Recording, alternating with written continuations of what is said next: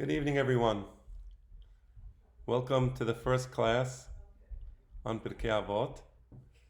I'm excited to see all of you. I think we're going to have a very interesting series of shiurim, a very interesting series of classes. And what I'd like to do is I'd like to speak, but I also would like to give you all a chance to ask questions, as I know that those do tend to come up. So I'll try from time to time to look at the chat. So you can use the chat as a way to send your questions, and I hope that I can come across and see those questions. But now I want to start with the following before we even start studying, and before I explain to you what it means to study Pirkei Avot from an Andalusian perspective. I want to ask you all a question. Do our thoughts spring up independently? Or are there some forces that determine what thoughts would spring up in our mind? That's a question. Do we all have an objective, pristine thinking, and that thinking is a function of who we are and nothing else? Or does our thinking actually reflect certain forces that act upon our mind? That's a question. So there's actually a pasuk in Mishle. It says, "Enecha yir'u zarot, uficha yedaber tahapuchot." It says that your eyes will see strange and unusual things, and because of that, you will speak things that are erroneous. So here we see that from the perspective of Shlomo HaMelech, we are affected by the world around us. All of us. It's impossible to divorce ourselves from the reality that surrounds us. And when you live in a particular society, if, for example, you are raised in communist Russia, that will affect the way you perceive the world. That will affect the way you perceive rich people, right? The way you perceive successful people. If, on the other hand, you are raised in the United States of America, in a capitalist society, that will give you a different perspective on rich, successful people. So in Russia, you will think, well, these people are evil, they're selfish.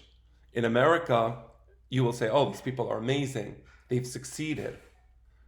I'm not commenting who's right and who's wrong. My purpose here is not to comment on whether we should favor communism or capitalism. I'm not giving a class on political theory. I want to point out to you that we are all affected by the world around us, and that our very thoughts, they're not just independent. We didn't just invent them. No. Rather, there's a combination of things happening. So we process information, we internalize information, we exclude some ideas, we accept some ideas, and this affects the way we think. Okay, so let me introduce you to a word, a new word. Or maybe for some of you it's not a new word. Perhaps many of you know this word, but it's a word that I like to now bring to your attention. And that word is epistemology.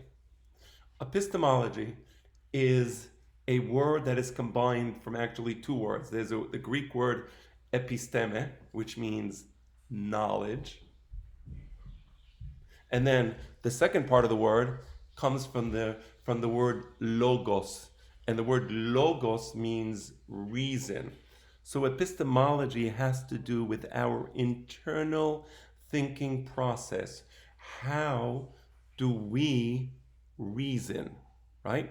So if I had to summarize what epistemology is, I would say it's actually the investigation of what distinguishes a justified belief from an opinion, right? So why in our mind, how do we generate thoughts? What causes us to generate thoughts? So everybody has a particular internal mechanism, right? And we use this mechanism to reach value judgments about things around us. So, why am I talking about this?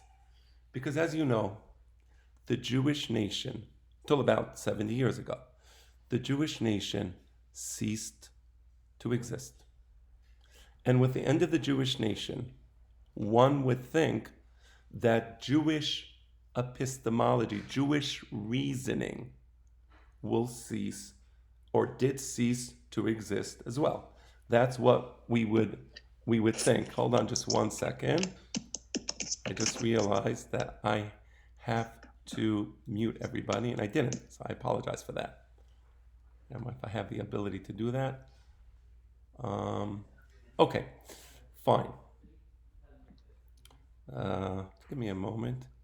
Okay, I cannot claim the host because I do not have a 6 to 10 digit number. So if somebody has that number, you can give it to me. Yeah, you can give it to me privately. But until then, I would just ask you all to please mute your devices. Okay, great. So let's continue. So the Jewish nation ceased to exist when the Romans took over Judea. They destroyed the Bet HaMikdash.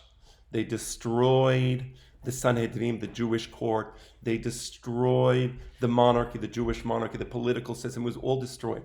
So you would say, well, hold on. If the Jewish nation ceased to exist, with that came the end of Jewish epistemology, Jewish thinking. And if that's what you think, then you would be mistaken. Because actually,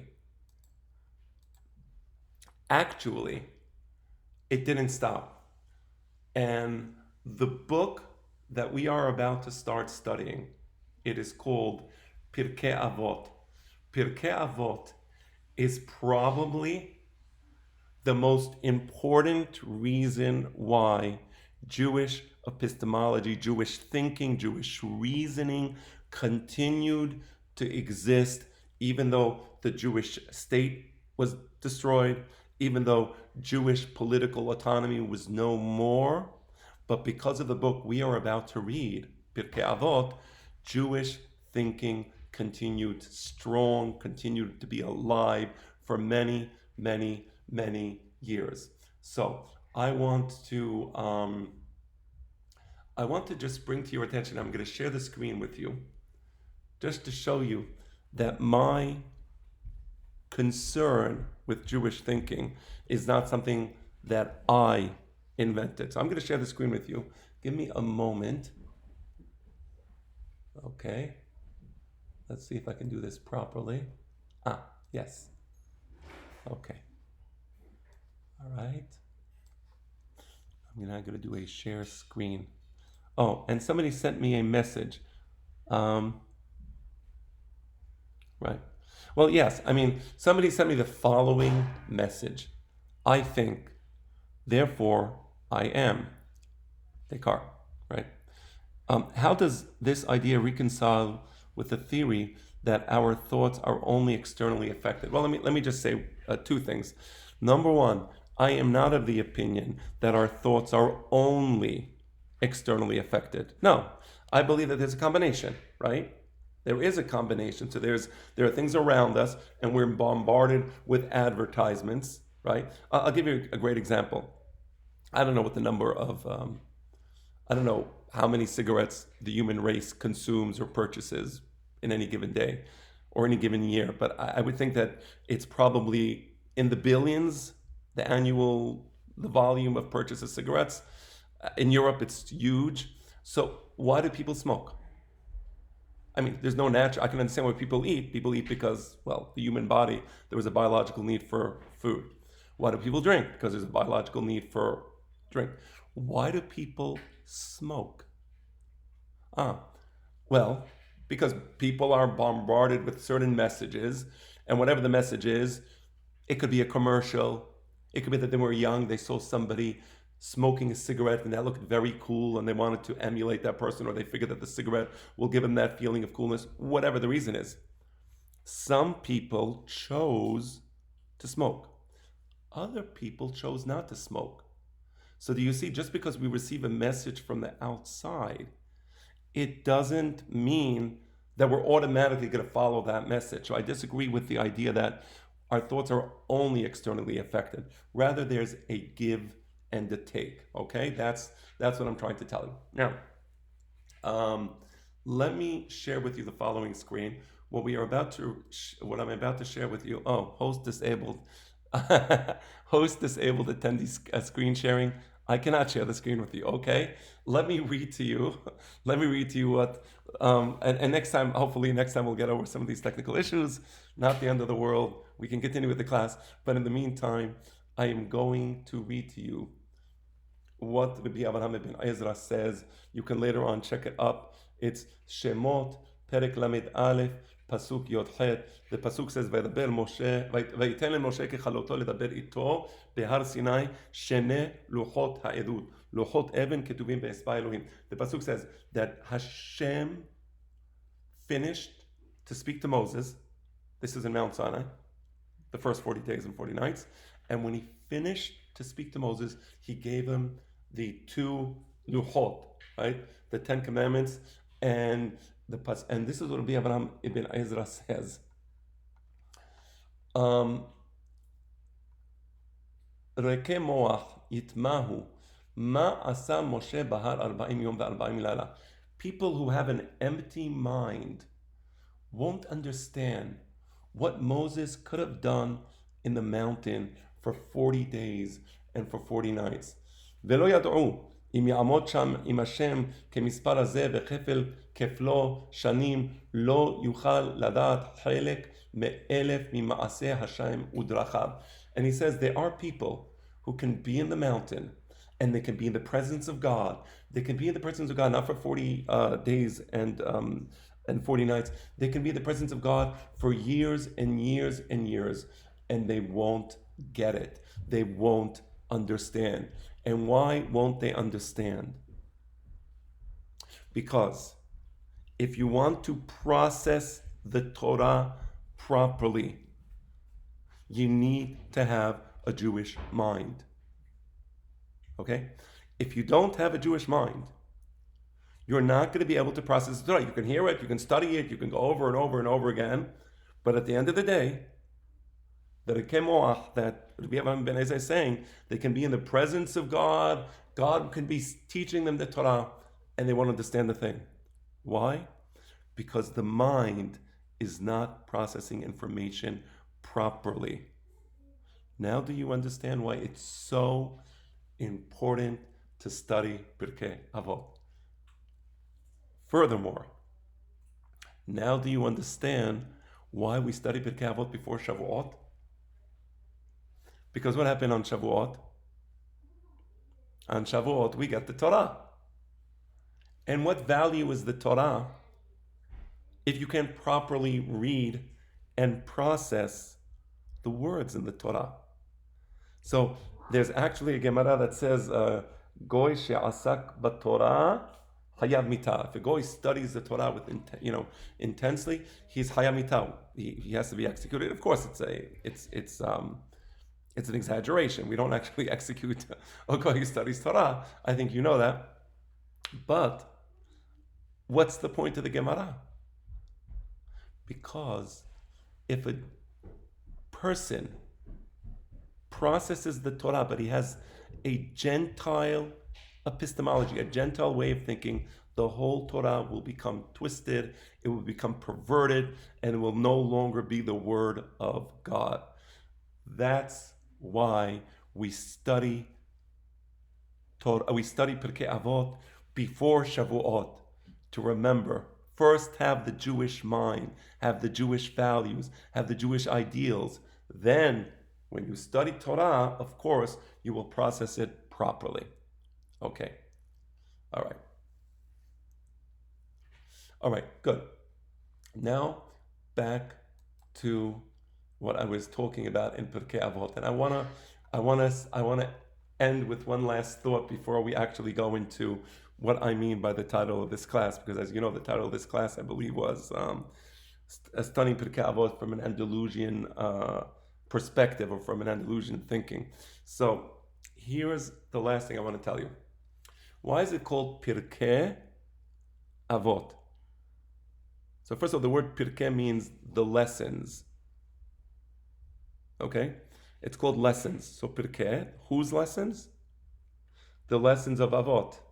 What are the Avot? Avot, our fathers, right? So we have Abraham, Ishaq, Yaakov, but it's interesting. Which fathers are they talking about here? They're talking about the Hachamim. They're talking about the Tanaim. Why do we call them Avot? Why do we call them fathers? The lessons of the fathers, but it's really the lessons of the Tanaim, the lessons of the Hachamim. Why do we suddenly refer to them as fathers? You understand the question? And I will tell you. It's as follows. The lessons that we generally get from the Tanaim are lessons that have to do with law, that have to do with intensive studying of Gemara, that have to do with Sodot HaTorah, things that are related to what a teacher would give to his student in a proper educational setting. That's not this book. Do you know what this book is? This book is the type of lessons that a father would give to his child, right? What does the pasuk say in Mishleh? It says, Shema beni musar avicha. Accept the special wisdom that your father gives you. And the lessons that your mother gives you, they're precious lessons. Listen to them. So that's what makes Pirqe Avot special. Here the Chachamim are being uncharacteristic in the sense that normally the Chachamim are teaching to us what are the Avot Melachot on Shabbat. The Chachamim are teaching us what are the laws of Tumah and Tahora. The Chachamim are teaching to us what is Hames, what is not Hames, what is Ta'arovet Hames. They're teaching us these various things that are more academic in their nature. Here, in these lessons, in Pirqe Avot, they're teaching to us what any Jewish father and any Jewish mother would want to teach her children. That's why it's, or his and her children. That's why it's called Pirqe Avot. So I encourage you, you're all here, you're all listening, I encourage you all to teach this to your children because these lessons are really important. Okay, I am now going to take questions. If anybody has questions, I think everybody's on mute. I don't have the physical ability to unmute people, unfortunately. No, or yeah, because I like to hear your questions. But if anybody has questions, you can text them and I will address them. Okay. And yes, in answer to the person who asked, is this being recorded? Yes, it is being recorded. I will certainly post it on my YouTube channel. And I'll put here, I'll put later on in the chat what my YouTube channel is. And as well, I'm not sure whether the SCA is going to post it on their site. Either way, you can get it here or there, but it will be recorded and you will have access to this. Okay, one moment. Everyone here, I'm putting my YouTube channel here. So the name of my channel is Lucena Rabbi. Okay, that's my channel. You all have it, so you'll see it there. You're welcome to subscribe to the channel because I have a lot of content there. I literally have hundreds and hundreds of videos. Okay, let's speak about the title of the class. Okay, so the title of the class is An Andalusian Perspective. What is that about? What is Andalusia?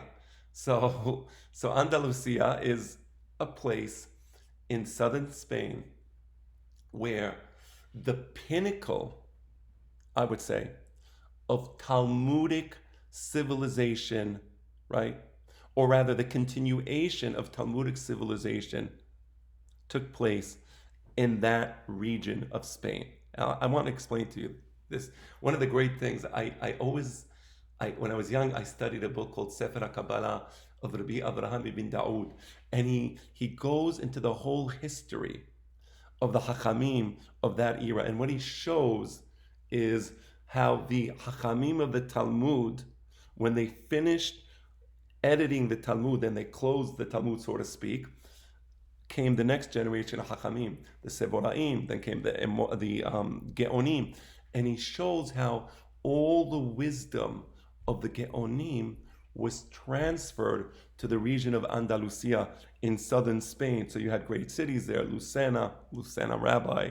I associate with that. That's where the Rif had his yeshiva. The Rif was Rabbi Yitzhak Alfasi. He was the teacher of Rabbi Yosef ibn Megas. Rabbi Yosef ibn Megas, in turn, was the teacher of Rabbi Maimon HaDayan. Rabbi Maimon HaDayan was the father of Harambam. So you see how that all ties in. The Rif himself, going backwards now, the Rif himself was the Talmid of Rabbeinu Hananel, who was the Talmid of Rabbeinu Ha'aya Gaon, and all the way back to the Gaonim. So Andalusia, that area in Spain, was the continuation of the Talmudic heritage, the continuation of the Talmudic thinking. It took place there. And one of the great things that I just remember when I was young, and I got such a kick from it because I never saw this anyplace, and I got so excited. I was once studying Masechet Yevamot many, many years ago when I still lived in Israel. And there's actually a story there. This is, for those of you who want to check it out, it's, yes, Daf Kof Tet Vav Amud Bet, about halfway down the page. So if you look there, you see in the Gemara, it has the following story, that the Bar Achatet Rabbi Biba Ravayeh, the nephew of Rabbi Biba Ravayeh, was visiting the city of Cordova. Did you hear that? Cordova.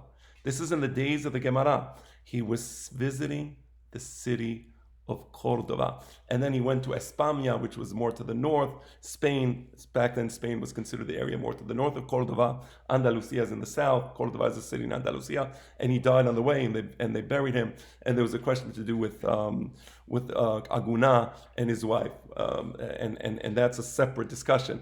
The point is, I was so happy when I saw this because it just confirmed what I studied in the Avraham bin Daoud about Talmudic thinking, Talmudic civilization being transferred to Andalusia. So I had to share that with you.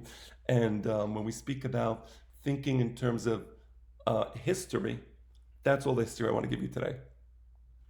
Let's think now in terms of what's special about the epistemology of Andalusian Jewry. What is the earmark of the Hachamim in that part of the world? And even before I get there, let me just make the following statement, and it's as follows. There's different perspectives. I know that.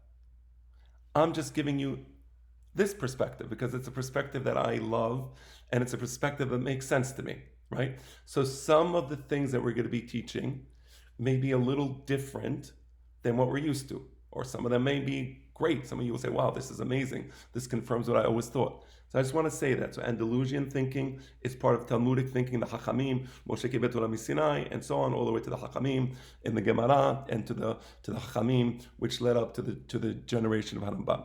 So I want to tell you, what is it that makes Andalusian thinking special? And there's three things. Number one, the best place to generate ideas is by looking at the texts of Israel.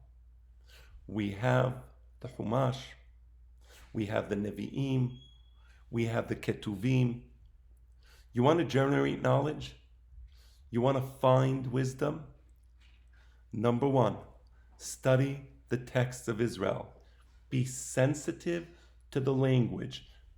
Be careful and precise in understanding the words.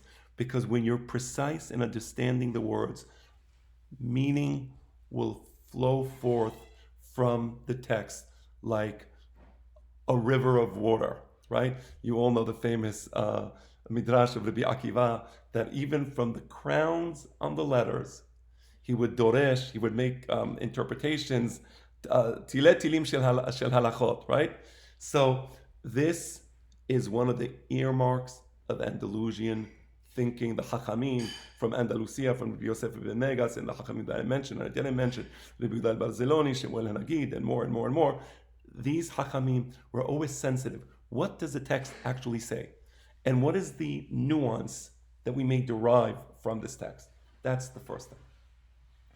The second thing, and here is the more difficult for us to understand, and it's as follows. The Andalusian Chachamim did not view Judaism in theological terms. I want to explain that. Does anybody know how to say the word theology in Hebrew? If you know how to say the word theology in Hebrew, please type it in the chat. I'm just waiting. I'll give you you can also type it in English and, whatever that comes out to. I'm just looking and I'm waiting. Okay. So nobody typed anything in the chat. At least I don't see. Dat. Oh. Okay, Mikey. Dat. Teologia. I like that. Okay. That's very good. Teologia. Okay.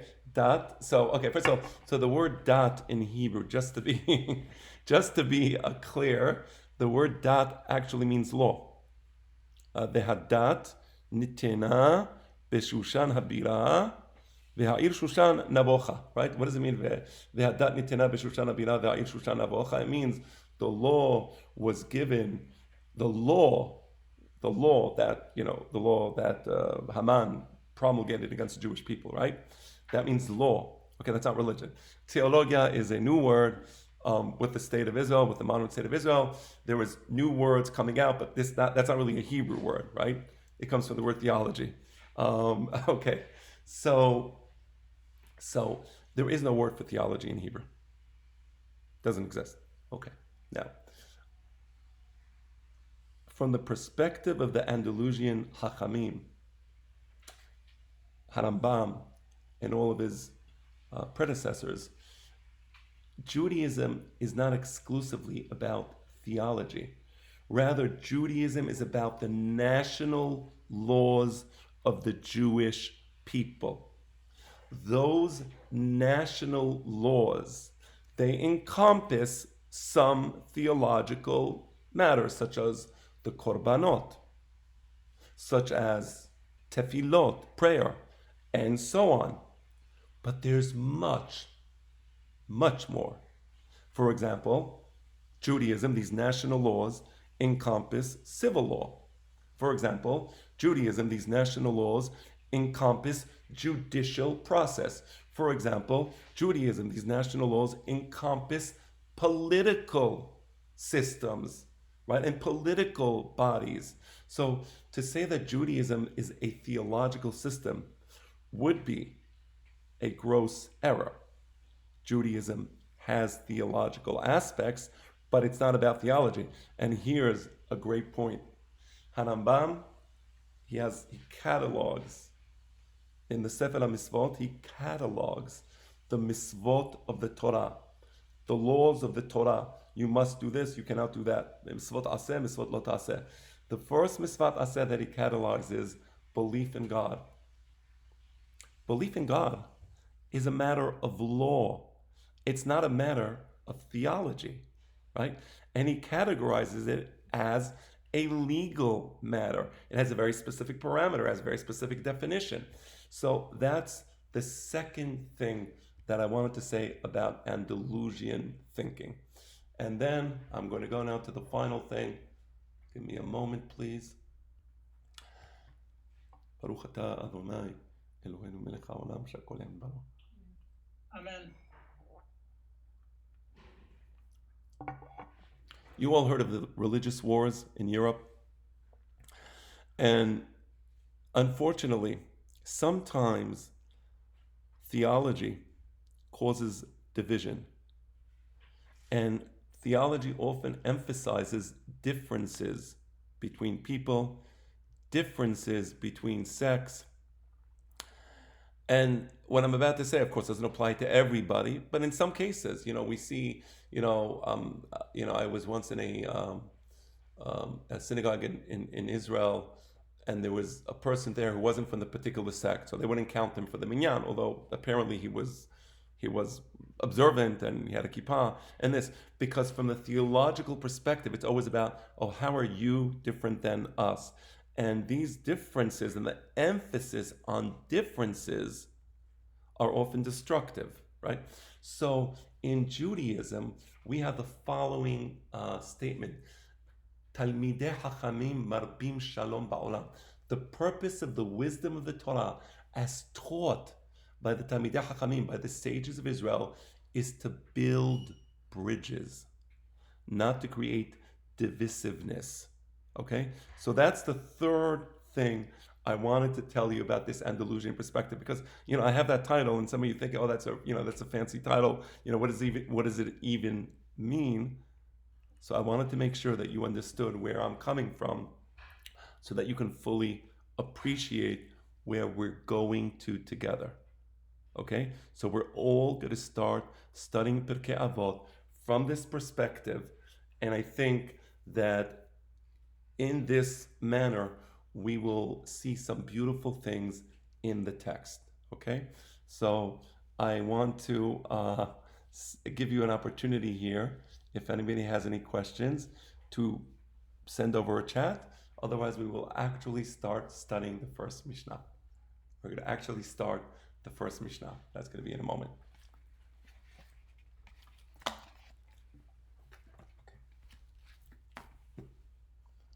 All right. I don't see. You're the Edat Vadin. Yes. Okay. I assumed it was a joke. Of course. Yes. That's fine. And okay. So if there are no questions, I am now going to continue. All right. So unfortunately today I don't have the ability to share the text with you, but I believe that many of you have the text in front of you, the Pirqe Avot. It's in many of the Sidurim, right?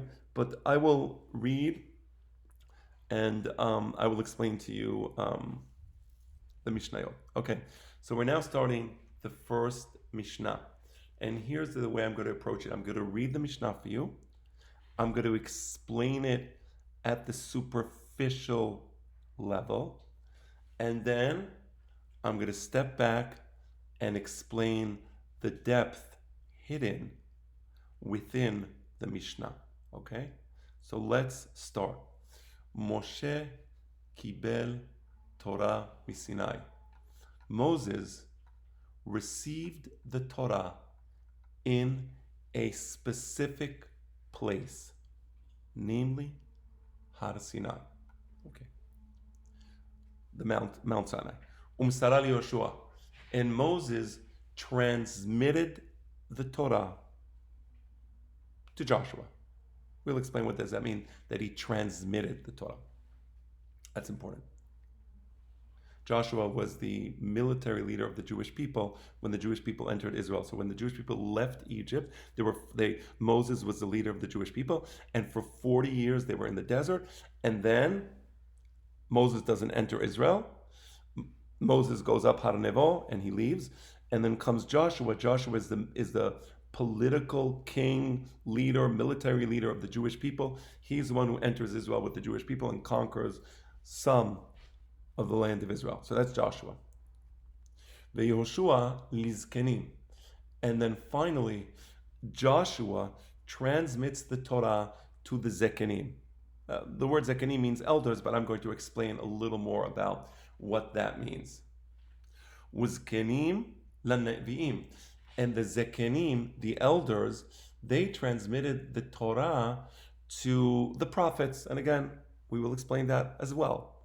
Why? I guess the best question one can ask is, weren't there prophets before the days of the Nevi'im? Meaning we're saying that Zekenim transmitted it to the prophets, but there were prophets beforehand. Where were they? Right? Just a few things. We're going to explain all this. Okay. When Vi'im mesaruha le'anshe keneset gedola, and finally the prophets transmitted the Torah to the men of the great assembly. Anshe Knesset Hagedola. Okay, let's stop here, and now let's ponder upon the words that we just read. First of all, why is this the first lesson that we learn in Pirqe Avot? Why do we start with Moshe Kibel Torah Misinai? Why is that so important? Because it presupposes everything that they're about to talk about. Okay, and what do you mean when you say it presupposes? Can you explain that a little? Meaning it has to be the first tenet of belief that you have before you could delve into Pirkei Avot. They're pulling from Torah, like you said earlier. Okay. Meaning the Torah doesn't have a built-in theology; it has laws. You have to kind of pull out those thoughts. So you need to have the full emunah in the whole system of transmission in order to buy what the Pirkei Avot's going to start to talk about. Okay. Okay. Well, okay. So first of all, thank you for that. I think that that's an important point that you make. Um, I'd like to perhaps give you a slightly different perspective, or not even different, but something that would give you additional food for thought. And it's as follows: what makes the Jewish people a nation? What makes us a unique nation? That's the question. So let's say you look at America. What makes America a unique nation? So I would say America has achieved the pinnacle of combining freedom with capitalism. So they have the US Constitution, and what makes America different and great is that it is the country, it is a country, it is a republic that has somehow combined freedom with capitalism. And they have the Republic of the United States. Okay. Let's say it's the same thing about, let's say, China. What makes China unique? So China is a totalitarian regime which has certain totalitarian values. They don't value freedom like they do in America, right? They have other ideas that make them what they are. Every nation has its particular characteristics, its particular historical perspective and origins. What's at the heart of Judaism? And the answer is one word: Berit, covenant. We are the nation that entered into, let's call it a contract, because maybe some of you may not. We entered into a contract with HaKadosh Baruch Hu, with God, right? That's the starting point of all knowledge. Let's go back to the word epistemology. That's the beginning of Jewish epistemology. The beginning of Jewish epistemology is we are committed to the covenant that we entered into. We know when we entered into. We know what year it was. We know how many days it was since we left Mitzrayim. We know where this place was. It's a historical event. So that's who we are. We are the nation that freely entered into a covenant with God. He didn't have to do it. We didn't have to do it. We did it because we wanted to do it, right? And who was our messenger? Who was our agent? Moshe Rabbeinu. And who was God's agent?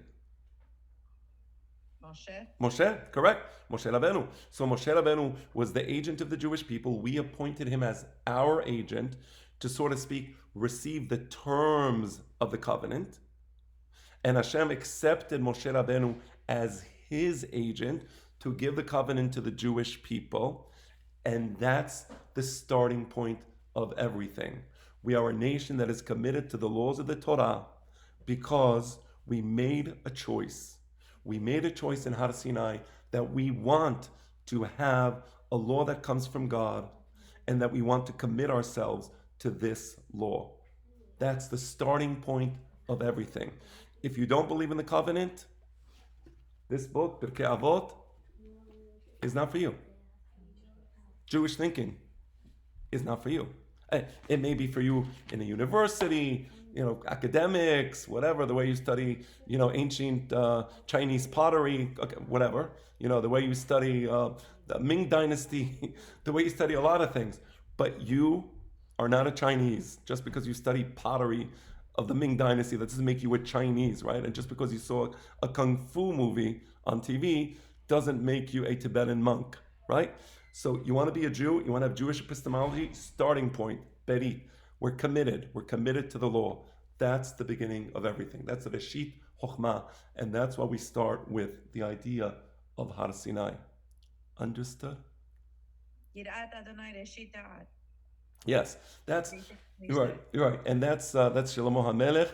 Chochma Musar Evilim Bazu. That's personal wisdom that parents give to their children, and that's at the personal level. Now we're It talking sort of about like the idea, though, that the emunah and Hakadosh Baruch Hu and entering in the bidi is the beginning of all knowledge, like what you're saying. right. The only thing is that remember, it's a matter of who we are as a nation. You're emphasizing the individual, which is great, by the way, and there's nothing wrong with emphasizing that. I want to emphasize the national aspect.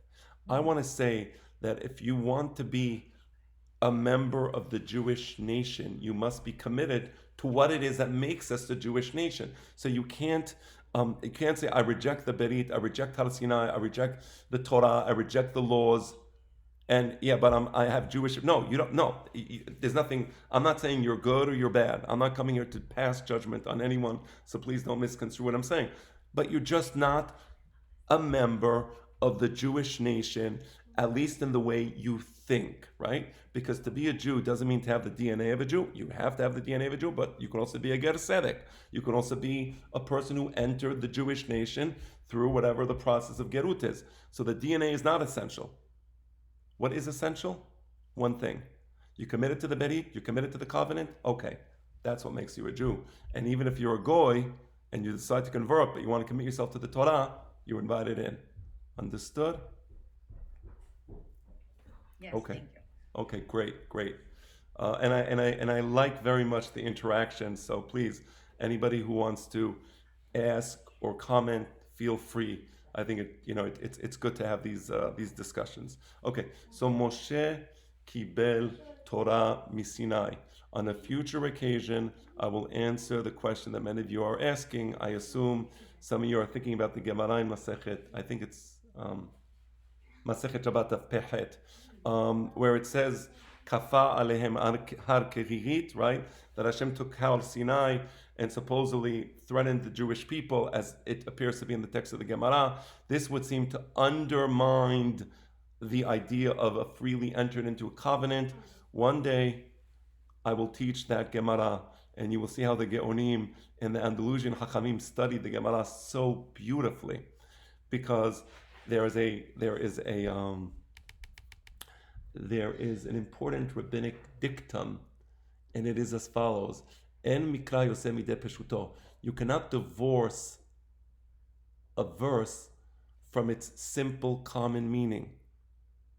Now, if you look at the actual verses describing Har Sinai, you see that it was freely entered into. It was clear that it was consensual. What does the Gemara mean when it says kafa aleim hakikigit? So people say, it means that God forced it upon them. So you will see that there was a different way to understand the Gemara, and the different way to understand the Gemara actually conforms with the peshat of the pesukim. That's what makes it so beautiful. Okay, and I said that one of the earmarks of Andalusian Jewry is we always want to see what the text actually says and then align ourselves properly according to the text. But that really is a separate class. That can be a 1-hour class that I could give just on that subject. Okay, but now we're not studying that. Okay, getting back to the Mishnah. So when Moshe Rabbeinu received this system of laws from the Jewish people, from Har Sinai, from HaKadosh Baruch Hu, his number one goal in life was to transmit it to the Jewish people. Okay? So here's what happened. The Jews were in the desert for 40 years. Okay? During the course of this 40 years, Moshe Rabbeinu would invite the leaders of Israel, starting with Aharon, his brother, and then continuing on with the sons of Aharon, Elazar v'Itamar, and then the 70 elders, the political leaders of the Jewish people, and then any Jew that wanted to study. They were all invited into Ohel Moed. And Moshe Rabbeinu started teaching them as follows. Let's say today, I want to teach you the laws of Tefillin. He would begin by teaching them the Pesukim that deal with Tefillin. So for example, Moshe Rabbeinu would say, here is the Pasuk. Here's the Torah shebichtav on this mitzvah. Ukshartam leot al yadecha vehayu letotafot ben einecha. He would teach him the pasuk. He would teach him the meaning of the pasuk, right? He would teach him how to read the pasuk correctly, like they do in Barkai. In Barkai Yeshiva, they emphasize the correct reading of the pasuk. That's so important. Well, that's when Moshe Rabbeinu taught the Torah to the Jewish people. So that's really important, right? So after he taught them the pasuk, he would teach them the laws related to the pasuk. So he's teaching them tefillin. He says tefillin has to come from leather of the behema tehorah, and he taught them what you make the leather from, how you prepare the leather. It's deyo shahor. It has to be a black. It has to be 4 perashiot. How the perashiot are written, how the perashiot are prepared. He taught them all the details of the laws of the tefillin over the course of the 40 years. It wasn't instantaneous. It was over the course of the 40 years in the desert. He taught them all the laws of tefillin. And so with each one of the mitzvot of the Torah. So this was the Jewish people learning the laws of Israel, the Torah, for 40 years. That's what they did. They had nothing else to do in the desert, right? Because they had their food, they had their clothing, they had their shoes, they had everything, right? What were they doing for 40 years? Studying Torah with Moshe Rabbeinu. So that's how Moshe Rabbeinu transmitted the Torah to the Jewish people. And the Jewish people, at the end of the 40 years, they did something really important. What did they do? Who knows? In Parashat Nisavim. They reaffirmed the covenant. They reaffirmed Berit. Exactly. Why did they do that? They already entered into the Berit in Har Sinai. They already said Naaseh v'nishma. They already told God, we're willing to, accept the Torah. We accept the Torah. Tell us what the Torah is. We accept it. Why, after 40 years, do they have to again reaffirm the covenant? Well, because now they have the full knowledge of all the laws and the details of the laws. And also because they were going into the land and the circumstances were changing. That's another... Right. So I'm going to deal with the first thing you said. They were also physically new people. They were physically... Well, okay, that's interesting. So put that just for a moment on the side. Just for a moment. I'm going to get to that. I want to first just deal with what Eddie said. So to begin with, yes, we accepted the Torah. We committed ourselves to the Torah. We entered freely into a covenant with HaKadosh Baruch Hu, the Berit. Good. But we didn't know the details. Now that over the course of 40 years, we learned all of the details. We learned all of the laws. Now we come and we say, yes, we absolutely accept this, right? This is who we are as a nation. We now know the Torah. We know what we're accepting, and we love it, right? So it's, you can imagine a person, maybe back then, although the Gemara says you're not supposed to do this, but he sends a messenger to give Kiddushin to a woman that he never saw. The Gemara says you shouldn't do that. The Gemara says in Masechet Kiddushin, it says, Misvah bo yoter mebishlucho. You shouldn't do it. You shouldn't send a messenger. You should give the Kiddushin yourself, because maybe if you don't see her, maybe you'll end up not loving her. Maybe you're not going to find her beautiful.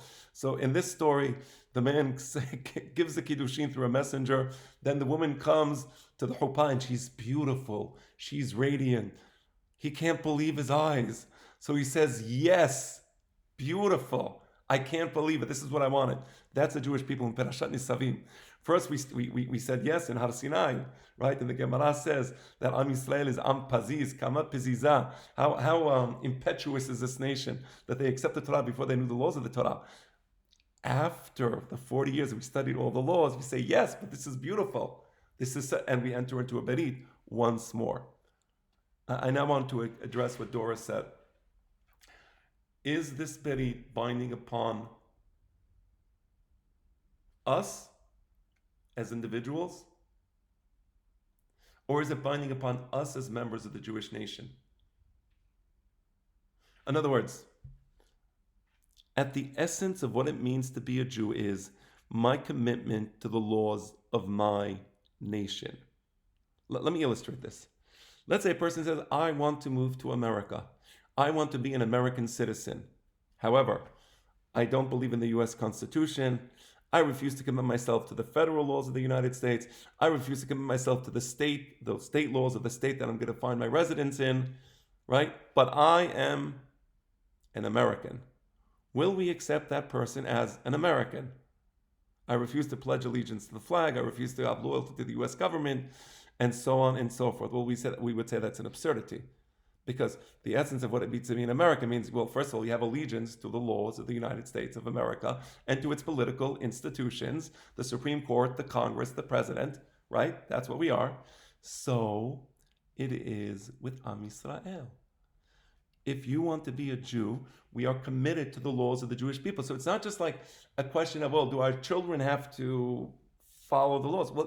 Well, the answer is, if they consider themselves part of the nation of Israel, which we do and which our children do, then by definition, they are going to have allegiance to the laws and the political institutions of the Jewish people, right? So that's why I always emphasize the nation of Israel, the national aspect of the laws of Israel. Right? Does that fully address your question, Doris? I'll buy it, but I'm still just having difficulty, only because the generation just came out of slaves and they were born into this transitional period. I still feel like they had a right to have to accept it on their own accord. But I hear you that we're part of a nation and we have to just accept the chain. Although I do believe that in all of our lives, we do like a recommitting to the Berit as individuals. But I hear you pushing the national goal, and I'm pulling for the individual. So I'm gonna so to your point, if a person wants to leave the nation of Israel, is anybody yank him back? Is anybody going to force him? Do we do that? So you're always free. Every individual is always free. We believe that there are consequences, right? So when Am Yisrael leaves the Berit, we have Perashat Kitavo, which says there's consequences for our choices. So any choice a person makes in his life has consequences. In the case of the Torah, it's not that somebody's forcing the individual. Nobody's forcing him, but rather it's a choice. And that's the amazing thing about Judaism. It's always a choice. We make a choice. We make a choice to follow the Torah, to follow the halachot. Nobody can force me. There's many people, for example, today in various countries in the world, there are many people who consider themselves Jewish, but they're not committed to the mitzvot. They're not committed to the Torah. That's their choice. I believe there's consequences to that choice, but I'm not going to go and try to, forcibly, tell them come back or out. We don't do that. We never do that, right?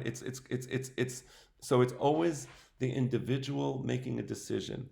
Do I want to be committed to the nation of Israel? That means to the laws of Israel, to the books of Israel, the texts of Israel, that's the Torah, or not, right? Rabbi Fatwar. Yes. Hi, it's Amy.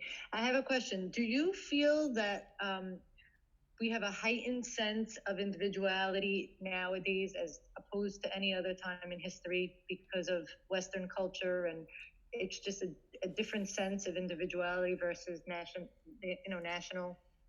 Yeah, that's a great question. Great question. Yeah. Okay. Yes, that's a great question, and so that would be that would require a class. Let me answer it really, like, just touch upon the answer. Yeah, there's no question that because we come from the Western world and post-Enlightenment and emphasis on the individual, with such great writers as Emerson in the United States, and Thoreau and others, which always emphasize the individual. There's no question that they became a natural part. I don't like the word nature, but I'll use it here. A natural part of who we are, because that's part of the thinking now of the Western world. I don't necessarily. Here's where I would not agree fully with what your question assumes, which is, well, okay, in prior times, we weren't like that. In prior times, we didn't have this sense of individuality. So my answer to you is, yes, we did. As Jews, we always had this sense of individuality, because this idea of the individual being autonomous, that idea is at the heart of what it means that Adam was created B'Selem Elohim, right? So this is a Jewish idea, right? So it's so important to understand the influence of Jewish thinking upon the Western world which we live in now. And I'd like to touch upon that more, but this is one great example. So I do agree with you that there were many Jews over the course of history who didn't necessarily feel the empowerment that the Torah gives us as individuals. But that's only because they were getting mentally assimilated by the society around them, which put down the individual and raised up the state, right? So but the Jewish idea and the Torah idea is Habib Adam Shenivra Beselem. And I have somebody here who wants to ask me a question. It's like a painting. Right? Like Surah, when he made paintings, he did that. Yeah. Like pointillism. Yeah. And then when you look at it as a whole, you see the whole. Right. Like painting. Yes. Together. That's Am Yisrael. That's Am Yisrael. Exactly. Is that beautiful, beautiful example that Ella just gave. So we're like, imagine a painting and it's just, connect the dot type thing. No, and then pointillism. I'm sorry? Pointillism. Pointillism, which you have to explain to me later because I don't know. Like that, but it makes an image. Yeah. Okay. All right. So I see we have another 3 minutes. So let's just go for 3 minutes. And lo was a revolution. Lo yimetu avot albanim concept was yes, it was a revolutionary concept. And I'm now going to just let's see what I can do here. Okay. So let me say the following.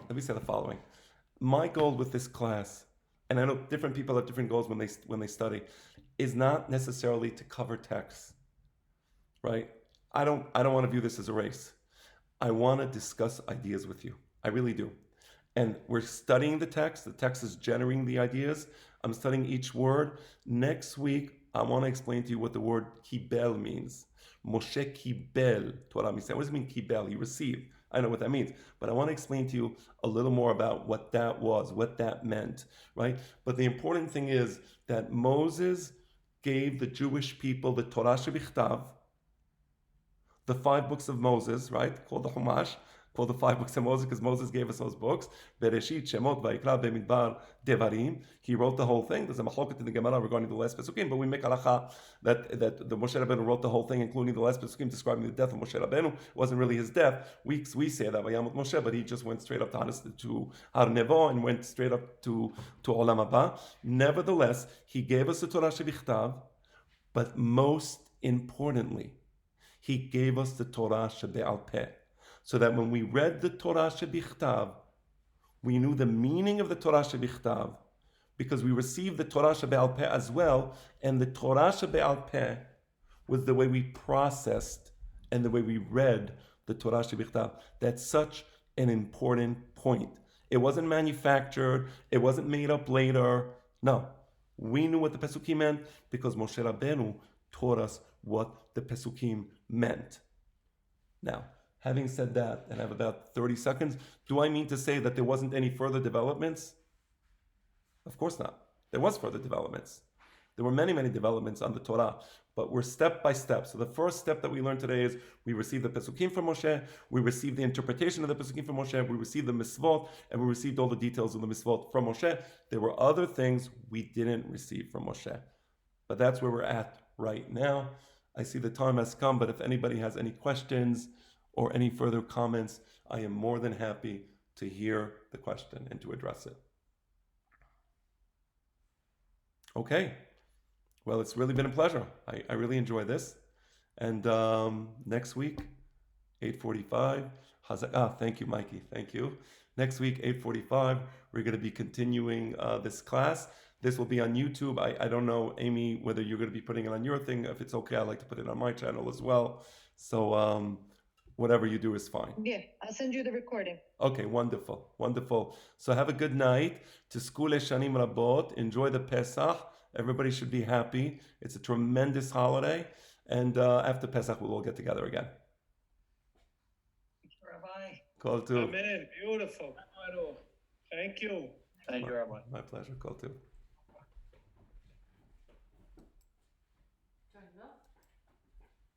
Yes. Do you understand what I was saying? No. Pointillism. Never heard that before.